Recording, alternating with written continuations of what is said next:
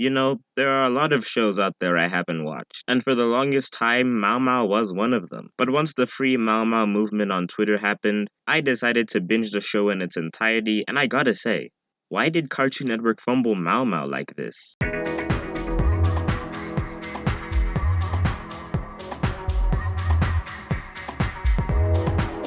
The episode I'll be covering today is called Popularity Conquest. The episode revolves around the idea of Mao Mao, our titular character, changing his personality to be more liked by the citizens of Pure Heart Valley. So, let's not waste any time. The episode starts off with this scene of Badger Clops and Adorabat entering the king's palace after slaying another monster. They get greeted to this big crowd of people, all taking photographs and asking for autographs. Badger Clops and Adorabat treat this like how any celebrity would treat it, very casually and calmly. Even though this has never happened in the show before, they were always liked, but never to this level of being treated like celebrities, quote unquote. So Mao Mao arrives and very bluntly, very angrily, tells everyone to get out of his way and instructs his team to stop wasting time. They play up his aggressive nature very early on in the episode, which is good to accentuate the main plot of the episode, which I'll let King Snugglemane explain to you. Matters of your public image.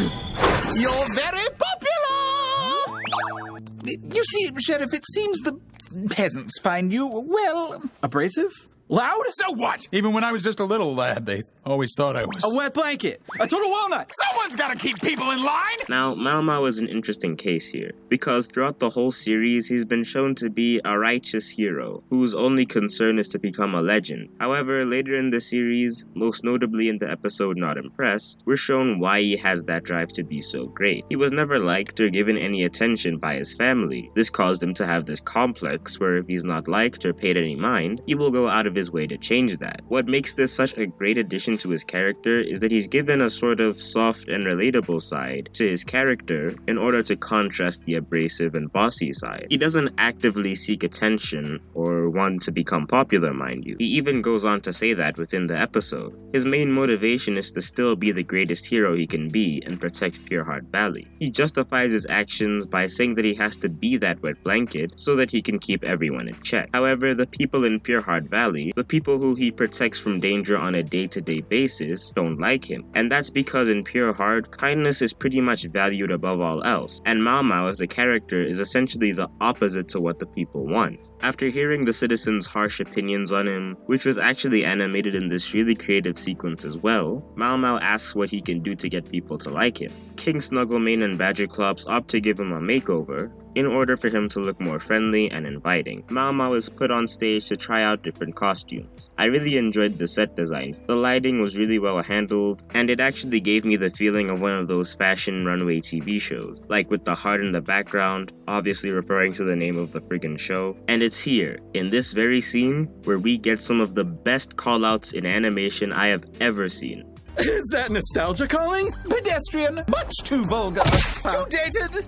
That's over. Oh, I see that one all the time. Now you see this right here? This is what a lot of shows have tried to do in the past, but have failed miserably at. Usually whenever a show will reference or call out another program, it just comes off as so tacky and lame. Like they literally had no other ideas for a joke and just decided, hey, this'll make the audience laugh. Let's add a reference to The Simpsons so that the people watching will think our humor is intelligent, when in actuality all you do is make the audience roll their eyes. And I'm not pulling anything from my butt here either. I'll even show you a recent example I found. That's enough state-mandated history for today.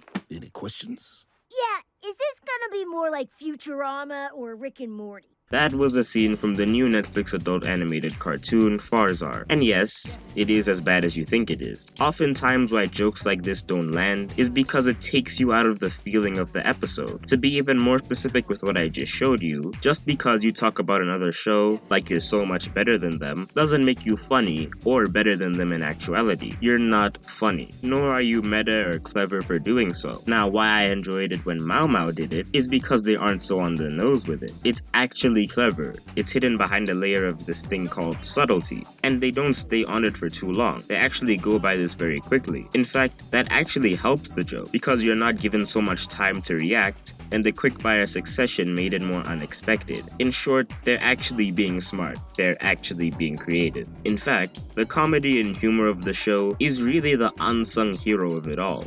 Pun intended. Behold improved Mao Mao! Hey guys, remember me? I'm the Mao Mao that's living in the now. Pow pow!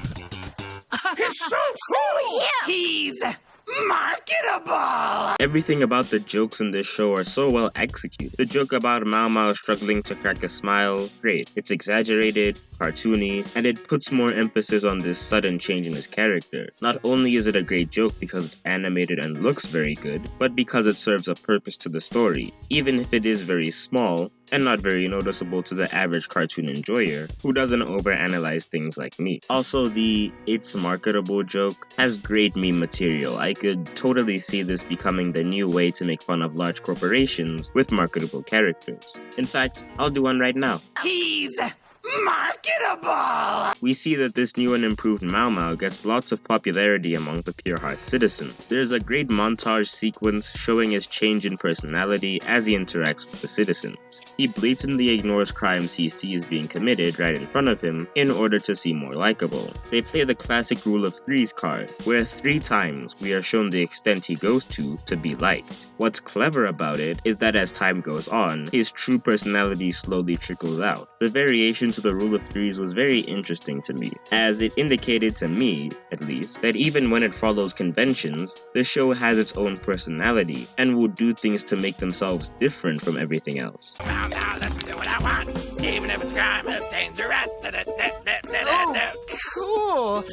Chillax, Adorabat.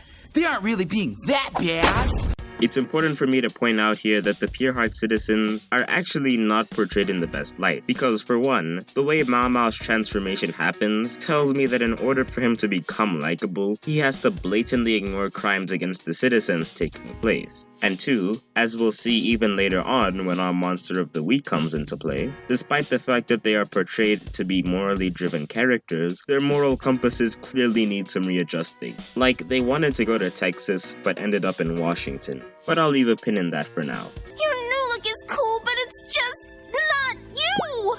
Look, I know these guys are a little corrupt, but I've never been liked by so many people before. I need this, Adorabat. What's wrong with being the old Mao Mao? This was another great sequence. I really enjoy the dichotomy between Mao and Adorabat, because while Mao is supposed to be mentoring Adorabat on what it takes to be a legendary hero, he still has his own faults that will often hold him back. Adorabat isn't afraid to call him out on his bullshit either, reminding Mao to get real. They both have a lot to learn, and they're both able to help each other. Adorabat, as the student in this relationship, doesn't want to see her hero become corrupted and lose what made him great in the first place. Go ahead and try a slice, cause I'm not here to shame you. Oh, goodness, no!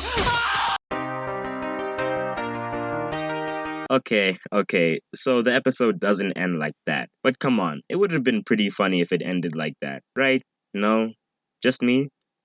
Fine, whatever. I just love the sudden change in the mood, and the initial shock I got from the red splatter that happened all over Mao really made the joke hit home way harder than it had any right to. So Monster of the Week starts attacking the village, and after realizing the danger he's put everyone in, he finally snaps out of it, and the classic Mao comes back in full force. He saves a bunch of citizens, but they get angry at him? I know he's saving our lives, but could he try to be a little nicer about it? Like, I get it's supposed to be a joke, but I just can't really get behind it. Something about the delivery of their lines just makes them seem so bitchy. It's not enjoyable at all, and this goes back to my point before about their moral compasses being out of whack.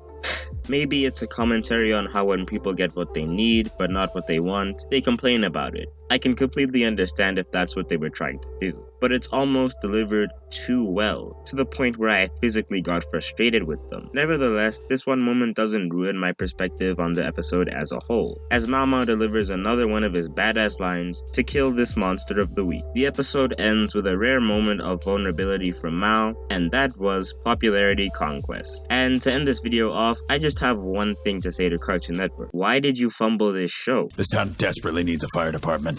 We don't officially know whether the show has been canned or not, but the future of it is looking rather bleak, and it would be really sad to see the show go to the wayside. Cartoon Network could have had Mao Mao be that cartoon, but no. Just like Infinity Train, they decided to shaft it for no good reason. Anyways, thank you for watching. If you enjoyed this review, click here to see my review of Bring Out Your Beast. I hope you have a good day, and take care.